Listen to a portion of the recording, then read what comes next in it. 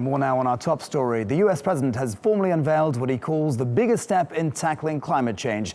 To tell us more, we're joined by Durwood Zaelke, who is president of the Institute for Governance and Sustainability Development in Washington, D.C. Thanks for joining us. Now, does Obama's plan signal that the U.S. is finally serious about tackling climate change? What about the timing of this? Is this about the president's political legacy as well?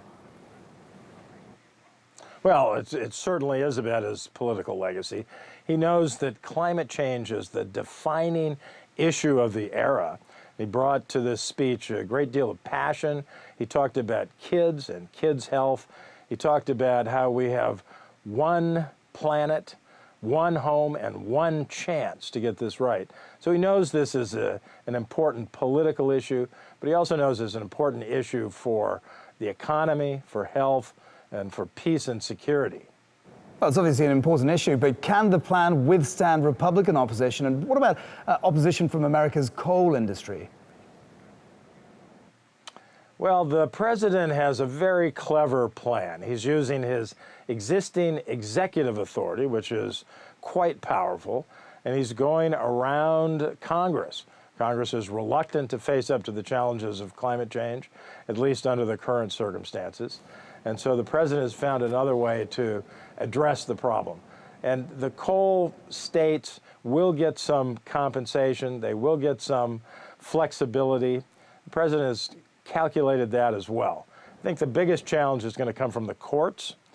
And the courts are also part of the president's calculation.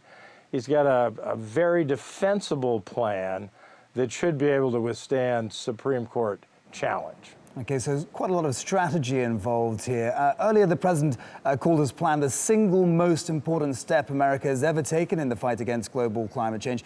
Would you agree with that?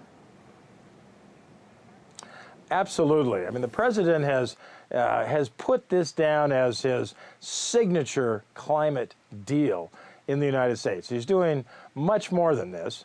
He's doing the mileage standards to increase the miles that cars go on a gallon of petrol.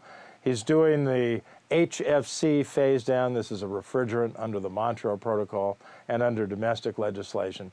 He's doing many, many pieces of the climate puzzle, but this is by far the biggest one. This represents 1/3 of all the climate emissions in the United States.